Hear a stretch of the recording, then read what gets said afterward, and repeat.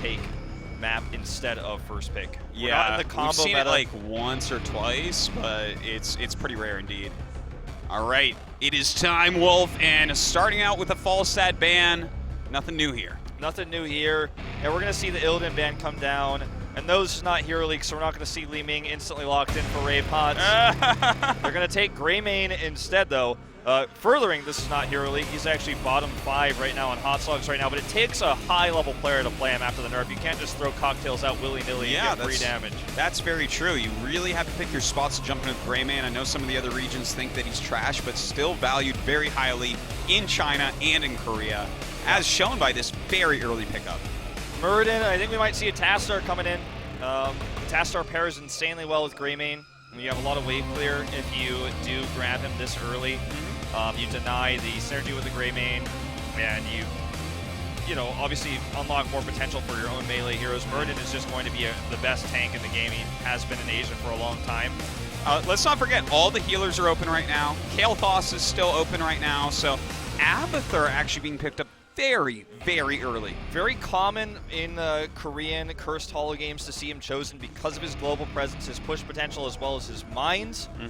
And RAVE HOTS really fast in the lock-in, so they're going to go straight into ETC and Li Ming. I like how quickly they are actually drafting here. It shows that they really have an understanding of exactly what they're going for. You know what's interesting, a lot of people aren't talking about, is we don't see support bans a lot, and I think that sometimes teams incorrectly ban supports. Like, the only role missing here for RAVE HOTS is support, but if you ban a support here, every support player knows how to play every support so well, because there's very few supports that are in the meta.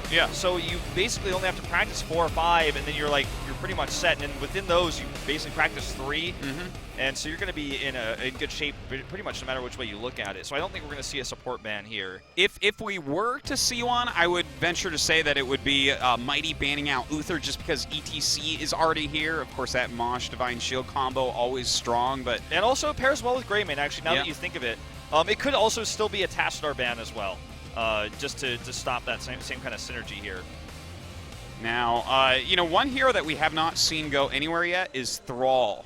And that's kind of interesting. This is about as deep as we've seen it go in Korea in like a year without Thrall already being picked. So they do ban him here. So not surprised at all. That would be a perfect fit for RAVE HOTS' draft. Yeah. Now, RAVE with a ban here, when you do actually have first ban, this is the awkward phase where if your opponent hasn't revealed anything in their comp, it's tough to ban.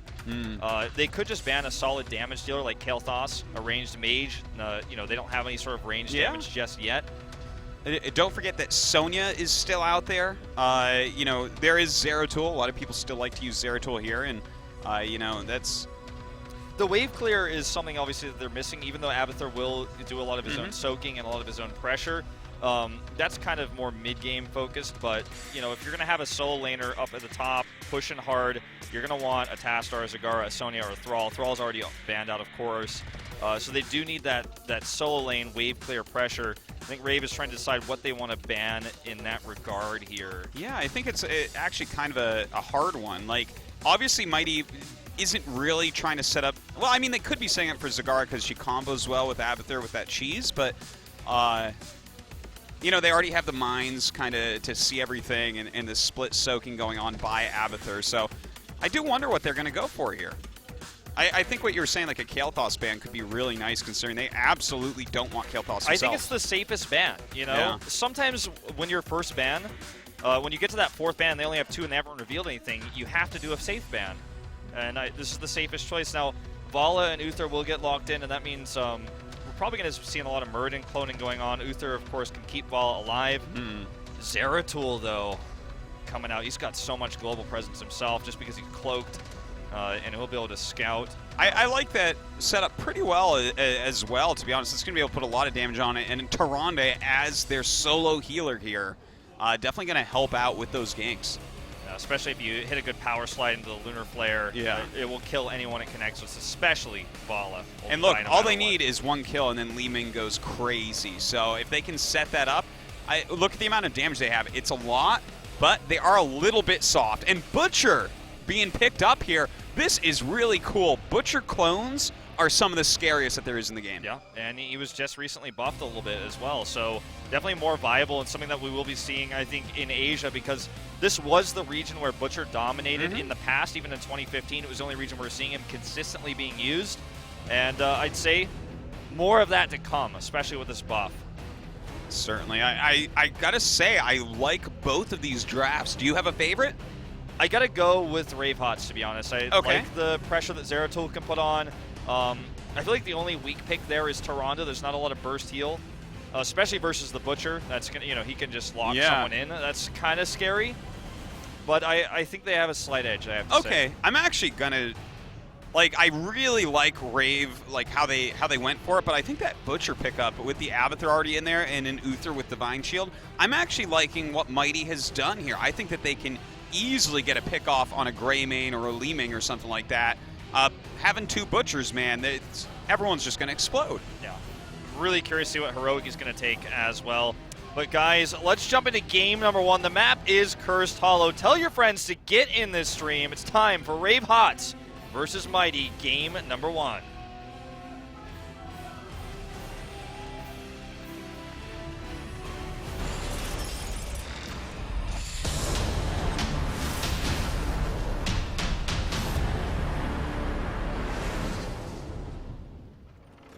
Alright, blue side is Mighty.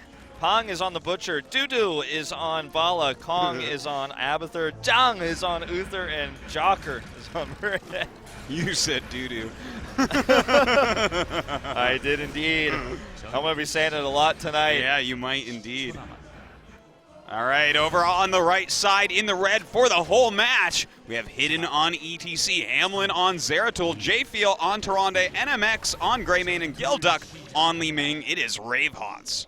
NMX's favorite hero in the past as well was always Greymane, and that was before he became first pick meta in Korea. So definitely someone who's really well versed in Greymane. That it definitely can show, the very best range damage dealers in Korea really, really enjoy Greymane. We see Sokka use him a lot. We see Crazy Moving using him as well. He's not really, he doesn't go to fill players in Korea as much as he does in other regions. Yeah, not so much. Now, taking a look at the Liming build, we're actually going to see her grab shields on the missiles just to kind of reduce that spell damage.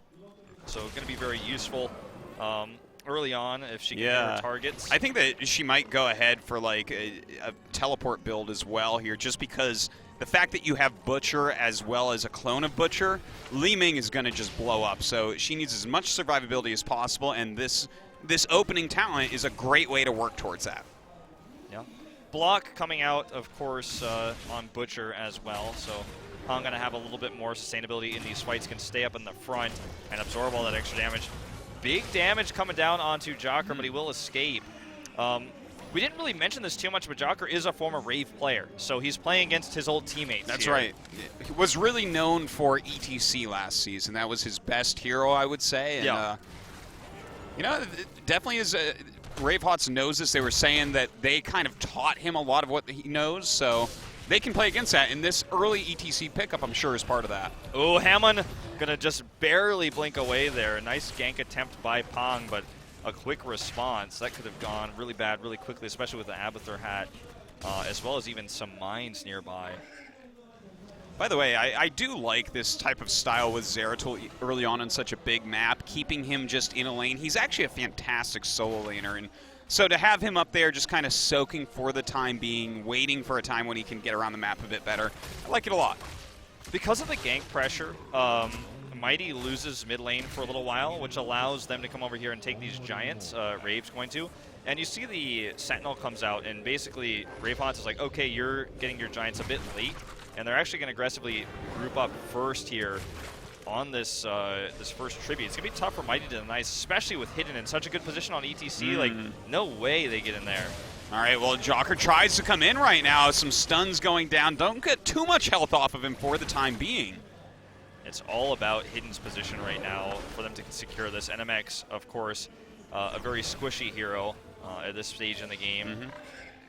Now, of course, we do have Abathur down at the bottom. There are giants in that lane, so definitely something that they're going to have to deal with. still a little bit of a scuffle over this tribute. And you know what? One really nice thing about what Rave's composition is they're going for a Sentinel build here with Tyrande, which means almost unlimited poke. Yeah. As long as Tyrande is alive and has some mana, you are not going to be able to cap these tributes. No, never. And they just keep delaying it. Notice as well that we see, oh, hold that thought, there's the lockdown on the Joker. He barely Dwarf tosses away. He's going to eat so much damage, though. Way too far forward here, and almost eats another set of magic missiles. And I think it's about time to let this tribute go for Mighty.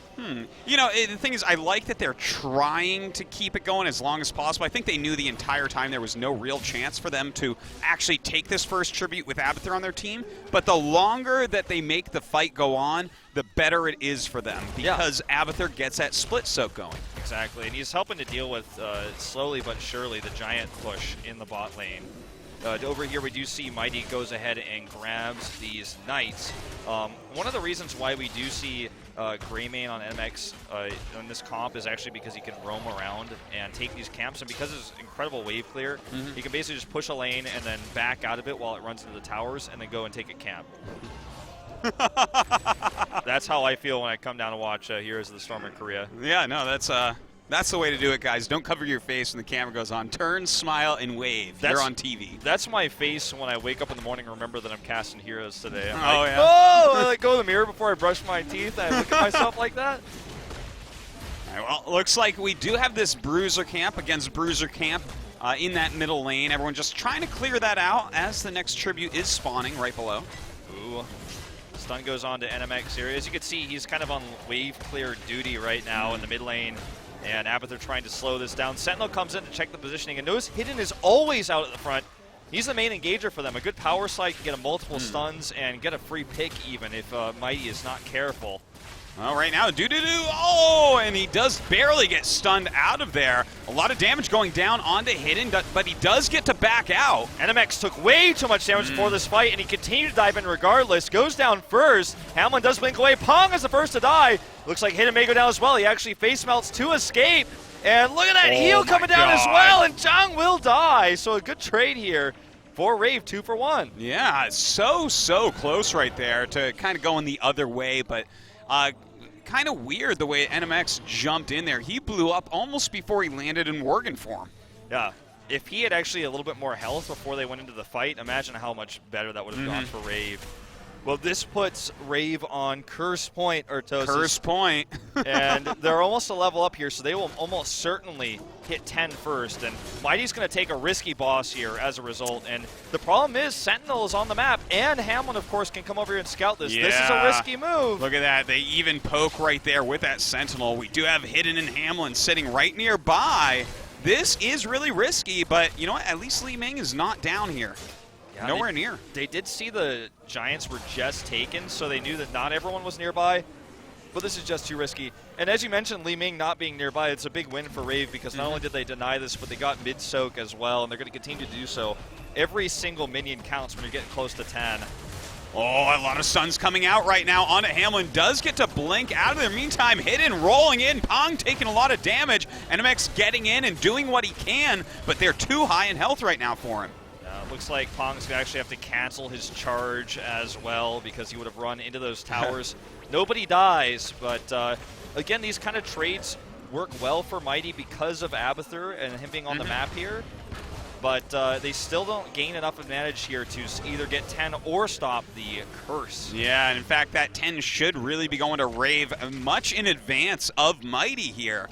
And they are going to be able to push. Look at this. They even have their Giants here. A lot of damage. Going to be able to easily take that fort down. Oh my god, look at NMX and Gilduck. This is not what you normally see. They're not frontline heroes. NMX being way too greedy there. That's going to cost him his life. And it will cost Li Ming hers as well. Oh man, everything going wrong for RAVE here. And oh, the heroics do come up from all those kills. Oh my god, that was like kind of way overextension by RAVE, unneeded. They have the curse. They can gain a ton of experience here, get 10 first. Instead, they lose 3 heroes. Their opponents get 10 first, and this curse is doing basically nothing. I was thinking the idea there is that NMX gets go for the throat while he's moving forward, and they get a pick. And then Li Ming gets the reset with her Disintegrate as well, and then things go disastrous, and they get like a huge win from this because they get 1 or 2 kills and the curse is up. But obviously you don't want a Greymane in human form in the front lines with no support with a Li Ming next to him. Like, that's just not, that's not the way to push. You know, it's kind of tough. Like, they have a lot of poke here in this comp, right? Like, Tyrande has pretty decent poke. Li Ming has some of the best poke in the game. And a lot of times with Zeratul, you're just poking early on. But if they have too much health, you can't get a kill with Greymane. Luckily, this time, he does pick one up, though. Yeah, nice little snipe there from Gilduck with the Disintegrate. Even working on this wall here. Very important if you're new to competitive heroes. If you kill the wall when it's convenient like this, you know, unless you have certain heroes that want to have cooldown reduction and stuff, you can basically limit vision, which is important for pushes later on in the game. By the way, Gilduck is really on point with this Li Ming. Like, every single orb I see thrown out is hitting people at maximum rage. Really, really good control here. Yeah, at the very least, his aim is so good that everyone has to move so far away that the team is kind of set up in a bad formation. During all of this, RAVE HOTS has stayed a bit too long. The top Giants are actually pushing now onto the fort at the top. And it looks like Gilduck is going to have to go up and clear that by himself. Yeah, should be able to get that without too much problem here. And definitely, you know, we do see a slight experience lead for Mighty, but they are behind on buildings. Because of this push, though, I think this is no longer really risky. I think this is actually pretty reasonable, although Hamlin and Hidden are nearby. The rest of the team will have to rotate down, which means the Giants are still barely dealt with in the top lane. Oh, this is a smart move. Yeah, look at that. Just trying to power him down immediately, and he does end up falling there. Very good job here with that clone of the Butcher. Oh, this is such a smart move by Mighty, and J-Feel is caught and will be killed here as well. Hamlin can't save him this time. And look at this Gilduck trying to knock that damage down. Look at that Divine Shield coming down onto Dudu as well. NMX is going to be the next to die. Oh, man. Hamlin getting very low here. Will be able to get out just in the nick of time. Gilduck as well staying in this back row. But that was some good moves there by Mighty, especially at the beginning of that fight. That was the kind of boss take that you do because you have that pressure. You see you have vision of Li Ming in the top lane, so she's got so long to come before she can arrive. You're not that worried about Hidden alone, which you've scouted, and even if Hamlin's there, you can disengage, and that's exactly what they did. As soon as they got scouted, they didn't commit to killing the boss. They just baited a fight. Great lambs to the slaughter there as well to catch, and it was just a fight they were going to win no matter what after that. Yeah, it was pretty awesome what we saw right there. Fantastic blow up there on Hidden. So, well, you know, it's still a pretty close game, though. I don't feel like, even though it seems like Mighty is out fighting RAVE HOTS, it's kind of what you would expect with these comps anyway. So I don't want to say that they've just got this game already. Well, Hidden is going to get killed here. Gilduck's not going to be able to save him with those orbs. They just ignore it. Now this should be an easy tribute. Gilduck's going to have to leave. Yeah, I have to agree with you. Composition-wise, this is what you'd expect.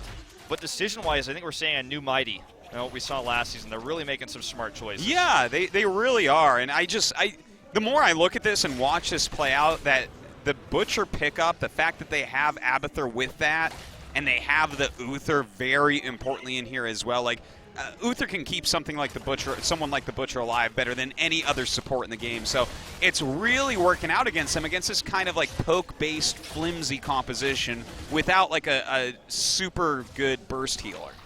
And with the buff to Lambs to the Slaughter, it actually silences now, which was kind of a shadow buff. May have not even been intentional, but it's regardless, it's still in the game right now. This buff allows them to basically lock down anybody, and if they hit Hidden, even the biggest tank on the team, he can't mosh. He can't follow up the Void Prison or anything like that. If they hit Zeratul, then he's going to die. He can't blink out, and he's going to be silenced as well. So it's a really powerful pick with Uther, and I think we will see it more often. Uh-oh, Kong definitely way too far forward here. Dodges the orb, though, like that was the Matrix or something. And it looks like they are going to go ahead and push forward here, try to get that land of the Slaughter. It doesn't end up going off. Some great damage from Gilduck here. Yeah, Kong is so low there, but he's just a clone. Not going to matter. And we do see this tribute in good position here for Mighty. They won't have the clone for the fight, and they won't have Lambs of Slaughter either. This could be a good opportunity for a mosh pit. Dudu actually taking quite a bit of damage there. Does get healed up, but that means the heals are down for a moment. Another great Dwarf Toss by Joker, and oh man, that is an absolutely fantastic Void Prison. He's going to go for the Mosh. There it is, 3-man Mosh. Divine Shield goes down immediately, though, and Hidden is blown up. Perfect disengage by Mighty. Now they're chasing down J-Feel. He's in some big trouble. Wow, the fights here of Mighty are just out of control, but in fact, the Butcher does get blown up. They are going to take down Hamlin, and Gilduck is all that's left with almost no health. Down he goes, and that is a wipe. That was a sick disengage. I cannot believe the Divine Shield we just saw there. That was amazing. No team, I mean, MVP Black might not be able to get out of that one. That was a miracle what we just watched there, and now they hit 16. A full wipe. They're on Curse Point. They can get their boss for free. There's no way they don't get the next tribute. It's impossible. Yeah, no, Mighty is in a perfect situation here. They're going to have a boss pushing. They're going to have the curse. Everything is going their way right now, and their fights are out of control. These guys have really come into the season strong. All right, watch out. Jocko K does dodge that route, and everyone is up, of course, for RAVE HOTS. They're basically just setting up to defend this push. Now, they do have a lot of poke, so they may try to slow down the tribute, but they're definitely not going to be able to get it, I'd say. If they do, they're going to lose too much from the boss itself. Yeah, they do have to go down and clear that boss out. They're getting the Giants here to kind of help put some pressure on that lane as well. So we'll have to see. Let's not forget, like, they do have fantastic poke, and they are going to be 16 here. That's just going to help them a bit more, and maybe they could end up doing it. I think that a big part of it is going to be trying to wait out the Abathur clone. Yeah. Well, basically those two Giants going to be like Haunted Minds Giants. It's like that a nightmare for everyone. Yeah. It's like, wait, don't cap them right now. So that works out for them. And the tribute is a lucky spawn for them. So actually they will kill the boss before the tribute spawns, and they're in position for it. So Mighty not going to get that free tribute after all. Look at those caution pings. Yeah. Like, well, everyone knows that we're in the bushes here. This but, is actually so funny what we're watching right now. And MX is like, all right, I'll be the first one to walk out. Remember, this is all about Hidden right now. He's the make or break in this fight. Oh, here we go. The clone is up. Kong has gotten the Butcher here once again, but he is getting powered down. Beautiful handling here by RAVE HOTS. Oh, but a great vault away here by Doodoo. Uh-oh, Doodoo is going to go down. NMX in the middle of the fight here as well. There's Lambs of Slaughter, but the Divine Shield is amazing once more. NMX is going to go down next. And now there's so much damage we put out. Pong barely survives that disintegrate, but only temporarily. Oh, it looks like Joker in some damage as well. He will actually take down Hamlin. A great Abathur hat there for some extra burst, but he is Muradin, so it doesn't look like he's going to be killed. Gilduck getting that reset as well, making this a lot tougher, and if he gets any more, it's going to be a wipe. Looks like Mighty will actually just have to let this tribute go. Don't forget that RAVE does have the bot push going towards that keep, so I mean, every second they spend here is basically wasted. I think they may have actually overcommitted to that. Now, I mean, everything we were saying before is it should have been a free tribute. It was just the spawn was so favorable for RAVE HOTS. Yeah, they were already literally there. If it was up top, that would have gone a lot better. And, you know, the one thing that I really saw in that battle that I loved was how quickly RAVE dealt with the Butcher clone. They just kind of, like, zoned everyone else out, targeted down the Butcher clone, and that was it. Suddenly it was back to a 4.5 on 5. Yeah. The Calamity build that we see, obviously with the teleport range coming out from Gilduck, is going to allow him to deal with the Butcher a little bit easier because he can just, you know, jump in and do that extra damage. He doesn't actually grab Diamond Skin, which is interesting, but, well, we'll see what he decides to do here with his level 20. But I'm like, I would expect a Diamond Skin 100% versus what he's up against with all this burst. And the Butcher, that guy's taking notes. No, he's not. He's drawing a picture. Somebody. That's a good artist right there. That guy actually comes to the studio a lot. Yeah, it's probably that same guy that makes all the sick pictures we got. Yeah. All right, well, right now we do have the Bruiser camps kind of being cleaned on both sides. A little bit of a fight going on, but nothing serious should happen here. This, though, is Curse Point for Team Mighty, and they're getting close to level 20 here. So if they get this, they're going to have a huge advantage. Yeah. All right, let's see what RAVE HOTS can do here, because they're really going to have to dominate this fight. Oh, Gilduck just being ignored until the last second there. Oh, the clone is up right now, Wolf. Kong coming down with this Butcher clone, seeing who he can get on top of. In the meantime, Zhang trying to cap it. Zeratul has to blink in and stop him. Basically, they're trying to use Kong here to zone for Zhang to actually grab this, and there's the stun. But look, Disintegrate will deny as well as the Sentinel here. disintegrate briefly on cooldown, and that did get nerfed, but the bigger issue here is that the clone is about to go offline, and that makes this, again, a 5v4 fight. Yeah, this is really, really tough for him right now, and in fact, they are going to go up and try to get Pong here. We do have Joker in the middle of things. Hidden taking a lot of damage here. Land with the slaughter, goes down on NMX, and NMX will be blown up. Yes, he will, and this is very, very close to 20 right now for Mighty. Hidden's in trouble, and the Rain of Vengeance! It's going to be a 5-man wipe! That was a sick Rain of Vengeance, just turning that battle on its head, and Mighty once again showing just how good they are in these battles. Hamlin does survive. This was not quite a 5-man wipe. He does get out of there somehow, but he's not alone going to be able to deny us. Chang is even on the chase. So now we have level 20. Storm Talents are up. That means, you know, we're even going to see the upgrade to Divine Shield's cooldown. I love that level 20. If you're playing with something like a Kerrigan or a Butcher that just needs that Divine Shield, what a great level 20 to take. I mean, I think this is just game, actually. I mean, what are they going to do? Right. I mean, they got the keep already. Hamlin can't deny us. Even with all these players about to come back up, they have a 5-man split here. Well, look, there's 2 Valas. Like, 2 Valas kills a core pretty quickly, and I heard Butcher does some damage too. So that is actually going to be that in game number 1 going to Mighty. And I think we're really starting